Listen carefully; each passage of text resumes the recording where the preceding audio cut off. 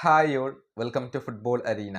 World കപ്പിന് മുന്നോടിയായുള്ള ആദ്യ സൗഹൃദ മത്സരത്തിൽ ഒരു തകർപ്പൻ വിജയമാണ് ബ്രസീൽ സ്വന്തമാക്കിയത്. 2-നെതിരെ 6 ഗോളുകൾക്കാണ് പനാമയെ ബ്രസീൽ പരാജയപ്പെടുത്തിയത്.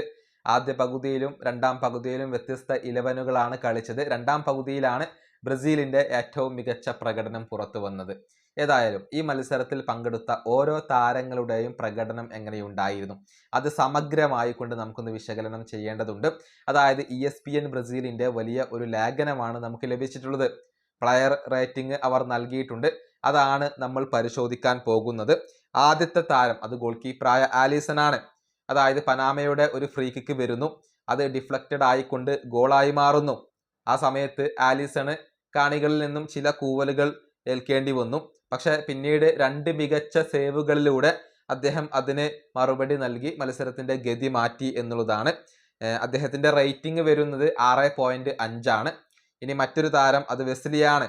ആദ്യ പകുതിയിൽ വിനീഷ്യസ് ജൂനിയറോടൊപ്പം ബ്രസീൽ ടീമിന്റെ ശ്രദ്ധാകേന്ദ്രമായി മാറാൻ വെസ്ലിക്ക് കഴിഞ്ഞു. അതായത് ഡിഫൻസിൽ നല്ല കരുത്തുറ്റ പ്രകടനം അദ്ദേഹം നടത്തി, മുന്നേറ്റത്തിലും മികച്ച രൂപത്തിൽ കളിച്ചു. അങ്ങനെ ടീമിലെ അവിഭാജ്യ ഘടകമായിക്കൊണ്ട് താൻ മാറിക്കഴിഞ്ഞു എന്നുള്ളത് വെസ്ലി തെളിയിച്ചിട്ടുണ്ട്. 7 ആണ് അദ്ദേഹത്തിന്റെ റേറ്റിംഗ് ലഭിച്ചിട്ടുള്ളത്. നല്ല രൂപത്തിൽ കളിക്കാൻ വെസ്ലിക്ക് കഴിഞ്ഞിട്ടുണ്ട്. ഇനി സെന്റർ ബാക്ക് പൊസിഷനിൽ കളിക്കുന്ന ബ്രമറാണ് അടുത്ത താരം. അതായത് ഏരിയൽ ബോളുകളെ പ്രതിരോധിക്കുന്നതിൽ കൂടുതൽ ശ്രദ്ധിക്കേണ്ടി വന്ന ഒരു മത്സരമായിരുന്നു ഇത്. അതായത് നിലത്തിലൂടെയുള്ള നീക്കങ്ങൾ കുറവായിരുന്നു. മികച്ച പ്രകടനം ബ്രമർ നടത്തിയിട്ടുണ്ട്. പനാമ നടത്തിയ ഏറ്റവും ഡേഞ്ചറസ് ആയ മുന്നേറ്റങ്ങളുടെയൊന്നും ഉത്തരവാദി അത് അദ്ദേഹം ആയിരുന്നില്ല. അദ്ദേഹം നല്ല രൂപത്തിൽ കളിച്ചിട്ടുണ്ട്. അദ്ദേഹത്തിന്റെ റേറ്റിംഗ് 6 ആണ് വരുന്നത്. ഇനി മറ്റൊരു താരം അത് സെന്റർ ബാക്ക് ആയ ലിയോ പെരേരയാണ്. മത്സരത്തിന്റെ തുടക്കത്തിൽ തന്നെ പന്ത് കൈവശം വെക്കുന്നതിൽ ഒരു പിഴവ് അദ്ദേഹം വരുത്തി. ഇത് ഫ്ലമംഗോയുടെ എതിർ ക്ലബ്ബ് ആരാധകരുടെ കൂവലുകൾക്ക് അദ്ദേഹത്തെ ഇരയാക്കി.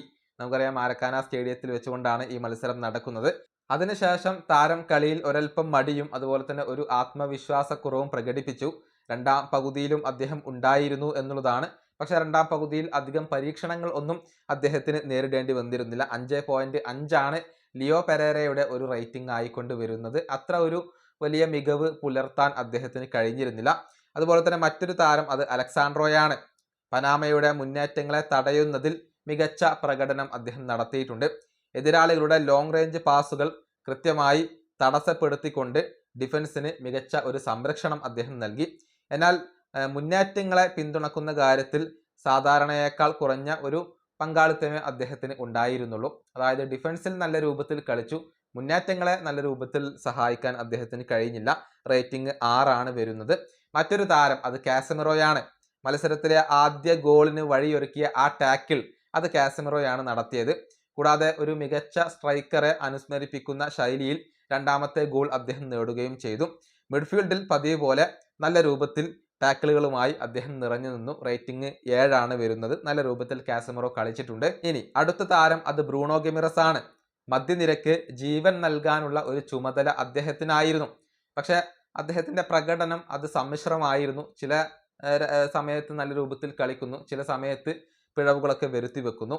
ന്യൂകാസ്റ്റലിൽ വെച്ചുണ്ടായ ആ പരിക്കിനെ തുടർന്ന് നഷ്ടപ്പെട്ട തൻ്റെ ആ പഴയ ഫോമും താളവും വീണ്ടെടുക്കാൻ ബ്രൂണോ ഗിമറസ് ഇനിയും ഹാർഡ് വർക്ക് ചെയ്യേണ്ടതുണ്ട്. അദ്ദേഹത്തിന്റെ റേറ്റിംഗ് 5.5 ആണ് വരുന്നത്.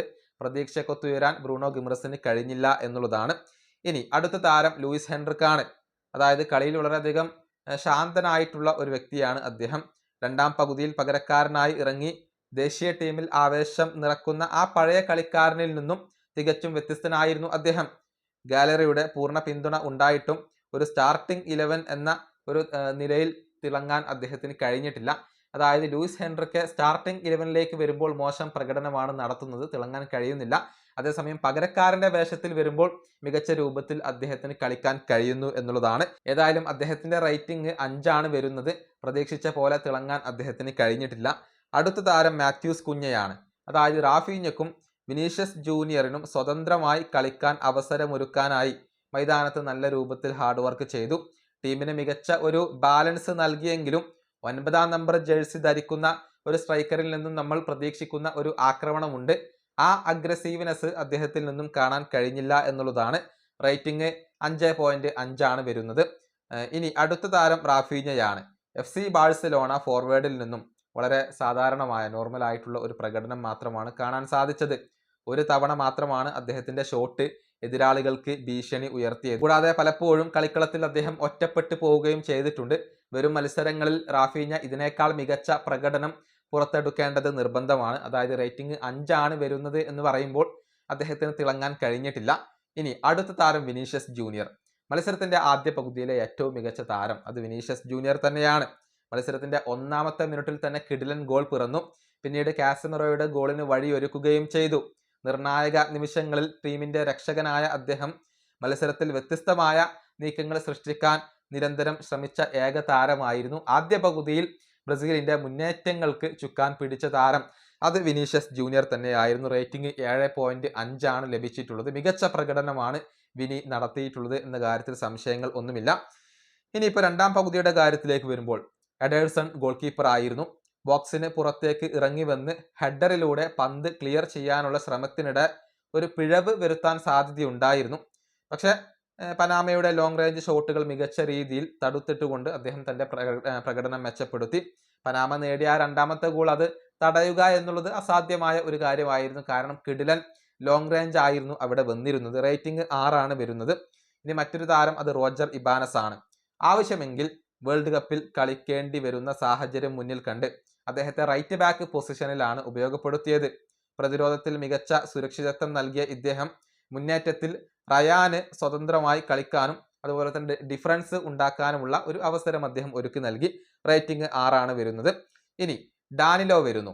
ഇദ്ദേഹത്തിന് ഒരു ഫുൾ ബാക്ക് ആയിക്കൊണ്ടാണ് കാർലോ ആഞ്ചലോട്ടി പരിഗണിക്കുന്നത്. അത്തരത്തിലുള്ള സ്റ്റേറ്റ്മെന്റുകൾ അദ്ദേഹം നടത്തിയിരുന്നു. പക്ഷേ മാർക്കിഞ്ഞോസ്, ഗബ്രിയേൽ മഗല്ലസ് എന്നിവരുടെ അഭാവം മൂലം സെന്റർ ബാക്ക് പൊസിഷനിലാണ് ഇന്ന് അദ്ദേഹം കളിച്ചത്. ഒറ്റ ടാക്കിളിൽ പോലും പരാജയപ്പെടാതെ വളരെ സ്ഥിരതയാർന്ന പ്രകടനം പുറത്തെടുക്കാൻ ഡാനിലോക്ക് കഴിഞ്ഞിട്ടുണ്ട്. 6.5 ആണ് അദ്ദേഹത്തിന്റെ റേറ്റിംഗ് വരുന്നത്. നല്ല രൂപത്തിൽ ഡാനിലോ സെന്റർ ബാക്ക് പൊസിഷനിൽ കളിച്ചിട്ടുണ്ട്. ഇനി ഡഗ്ലസ് സാന്റോസ്. അലക്സാൻഡ്രോയേക്കാൾ കൂടുതൽ ആക്രമണ ശൈലിയാണ് അദ്ദേഹം പുറത്തെടുത്തത്. ആ പൊസിഷനിൽ ഒരു ട്രഡീഷണൽ ആയിട്ടുള്ള വിങ്ങർ ഇല്ലാതിരുന്ന സാഹചര്യത്തിൽ ചില മുന്നേറ്റങ്ങളിൽ മുന്നോട്ട് കയറി കളിക്കാനും ലെഫ്റ്റ് വിങ്ങിൽ നല്ല രൂപത്തിൽ സ്വാധീനം ചെലുത്താനും ഇദ്ദേഹത്തിന് കഴിഞ്ഞിട്ടുണ്ട്. അതായത് അലക്സാൻഡ്രോ മുന്നേറ്റത്തിൽ വലിയ രൂപത്തിൽ കോൺട്രിബ്യൂട്ട് ചെയ്തിരുന്നില്ല. പക്ഷേ ഡഗ്ലസ് സാന്റോസ് നല്ല രൂപത്തിൽ കോൺട്രിബ്യൂട്ട് ചെയ്തു. റേറ്റിംഗ് 6 ആണ് വരുന്നത്. ഇനി ഫാബിഞ്ഞോയുടെ കാര്യത്തിലേക്ക് വരുമ്പോൾ കാസമിറോക്ക് പകരക്കാരനായിക്കൊണ്ട് ഇറങ്ങിയ അദ്ദേഹത്തിന് കാസമിറോ കാഴ്ചവെച്ചതുപോലെയുള്ള ഒരു ആക്രമണാത്മക പ്രകടനം പുറത്തെടുക്കാൻ കഴിഞ്ഞില്ല. എങ്കിലും ഡിഫൻസിൽ നല്ല രൂപത്തിൽ അദ്ദേഹം കോൺട്രിബ്യൂട്ട് ചെയ്തിട്ടുണ്ട്. മുന്നേറ്റത്തിൽ തിളങ്ങാൻ പക്കേറ്റയ്ക്കും ഡാനിലോക്കും ആവശ്യമായ ഒരു ഫ്രീഡം നൽകിയത് ഫാബിഞ്ഞോ തന്നെയാണ്. റേറ്റിംഗ് 6 ആണ് വരുന്നത്. അതുപോലെ തന്നെ ഡാനിലോ സാന്റോസ് മധ്യനിരയിൽ കളിക്കുന്ന താരമാണ്. നമുക്കറിയാം കഴിഞ്ഞ മാർച്ച് മാസത്തിലെ അന്താരാഷ്ട്ര മത്സരങ്ങളിൽ മികച്ച രൂപത്തിൽ തിളങ്ങിയ താരമാണ്. ഈ മത്സരത്തിലും ഡാനിലോ തന്റെ ഉഗ്രൻ പ്രകടനം ആവർത്തിച്ചു. പക്കേറ്റയുമായി ചേർന്ന് അസിസ്റ്റുകളും ഗോളുകളും പങ്കിട്ട അദ്ദേഹത്തിന്റെ ഈ ഒരു പ്രകടനം ടീമിൽ താരത്തിനൊരു സ്ഥാനം കണ്ടെത്താൻ കോച്ച് ആഞ്ചലോട്ടിയെ തീർച്ചയായും സമ്മർദ്ദത്തിലാക്കും എന്നുള്ളതാണ്. മികച്ച പ്രകടനമാണ് അദ്ദേഹം നടത്തിയത്. റേറ്റിംഗ് 7 ആണ് വരുന്നത്. ലുക്കാസ് പക്കേറ്റ ഫ്ലമംഗോ മധ്യനിര താരത്തിൽ നിന്നും തികച്ചും അവിസ്മരണീയമായ പ്രകടനമാണ് ഉണ്ടായത്. ദേശീയ ടീമിലേക്ക് തിരിച്ചെത്തിയ താരം മധ്യനിരയിൽ നല്ല രൂപത്തിൽ കളിച്ചു. പ്രതിരോധത്തെ സഹായിക്കുകയും ചെയ്തു. ബ്രസീലിനായി ഏറ്റവും മികച്ച ഗോളവസരങ്ങൾ ഈ മത്സരത്തിൽ സൃഷ്ടിച്ചത് പക്കേറ്റ തന്നെയാണ്. ഒരു ഗോളും ഒരു അസിസ്റ്റും അദ്ദേഹം മത്സരത്തിൽ സ്വന്തമാക്കി. റേറ്റിംഗ് 7.5 ആണ്. അതുപോലെ തന്നെ റയാന്റെ കാര്യം പരിശോധിക്കേണ്ടതുണ്ട്. ഈ രാത്രിയിലെ ഏറ്റവും ശ്രദ്ധേയമായ പ്രകടനം നടത്തിയത് അദ്ദേഹമായിരുന്നു. കളി തുടങ്ങി വെറും 7 മിനിറ്റിനുള്ളിൽ തന്നെ മികച്ച ഒരു ചിപ്പ് ഗോൾ അദ്ദേഹം നേടി എന്നുള്ളതാണ്. എന്നാൽ അതിനുശേഷം അദ്ദേഹത്തിന്റെ കളി അത്ര ഒരു നല്ല രൂപത്തിലായിരുന്നില്ല, സജീവമായിരുന്നില്ല. പക്ഷെ തൻ്റെതായ രൂപത്തിൽ കോൺട്രിബ്യൂട്ട് ചെയ്തിട്ടുണ്ട്. റേറ്റിംഗ് 6.5 ആണ്. ഇനി എൻട്രിക്കിന്റെ കാര്യത്തിലേക്ക് വരുമ്പോൾ മത്സരത്തിൽ ഗോളുകളൊന്നും നേടാൻ അദ്ദേഹത്തിന് കഴിഞ്ഞില്ല. മാത്രമല്ല ഒരു ഗോൾഡൻ ചാൻസ് അദ്ദേഹത്തിന് ലഭിച്ചിരുന്നു. അത് അദ്ദേഹം നഷ്ടപ്പെടുത്തുകയും ചെയ്തു. പക്ഷേ മുന്നേറ്റത്തിൽ അദ്ദേഹം നല്ല രൂപത്തിൽ ഹാർഡ് വർക്ക് ചെയ്തിരുന്നു. ടീമിലെ ഒരു അവിഭാജ്യ ഘടകമായിക്കൊണ്ട് അദ്ദേഹം മാറി. ഒരു സെൻട്രൽ ഫോർവേഡായി കളിച്ച അദ്ദേഹം ഇഗോർ തിയാഗോയുമായി നല്ല ഒരു കൂട്ടുകെട്ട് ഉണ്ടാക്കി എന്നുള്ളതാണ്. റേറ്റിംഗ് 6.5 ആണ്. ഇനി അടുത്ത താരം ഇഗോർ തിയാഗോയാണ്. ക്രൊയേഷ്യക്കെതിരായ മത്സരത്തിലേതുപോലെ ഇതൊരു പെനാൽറ്റി ഗോൾ ആയിരുന്നു. അദ്ദേഹം നേടിയത് പെനാൽറ്റി ഗോളാണ്. പക്ഷെ അദ്ദേഹം മത്സരത്തിൽ തൻ്റെതായ ഒരു മുദ്ര പതിപ്പിച്ചിട്ടുണ്ട്. ഏറ്റവും മികച്ച രൂപത്തിലുള്ള ആക്രമണ ശൈലിയുള്ള ഒരു താരമാണ് അദ്ദേഹം. വരാനിരിക്കുന്ന വേൾഡ് കപ്പിൽ തനിക്ക് മികച്ച പ്രകടനം പുറത്തെടുക്കാൻ കഴിയുമെന്ന് ഇന്നത്തെ മത്സരത്തിൽ അദ്ദേഹം തെളിയിച്ചു. നല്ല രൂപത്തിൽ അദ്ദേഹം കളിച്ചിട്ടുണ്ട്. അദ്ദേഹത്തിന്റെ ഒരു റേറ്റിംഗ് 6.5 വരുന്നത്. ഇങ്ങനെയാണ് ESPN ബ്രസീലിന്റെ ഒരു വിശകലനം വരുന്നത്. അതാണ് നമ്മൾ ഇപ്പോൾ ട്രാൻസ്ലേറ്റ് ചെയ്തിട്ടുള്ളത്. ഏതായാലും ഈ മത്സരത്തിൽ ഏറ്റവും മികച്ച പ്രകടനം നടത്തിയ താരമായിക്കൊണ്ട് നിങ്ങൾക്ക് അനുഭവപ്പെട്ട താരം ആരാണ്? ആ അഭിപ്രായങ്ങൾ നിങ്ങൾക്ക് കമന്റ് ബോക്സിൽ രേഖപ്പെടുത്താം. ഈ വീഡിയോയുടെ അവസാനിപ്പിക്കുന്നു. അടുത്ത വീഡിയോയിൽ വീണ്ടും കാണാം.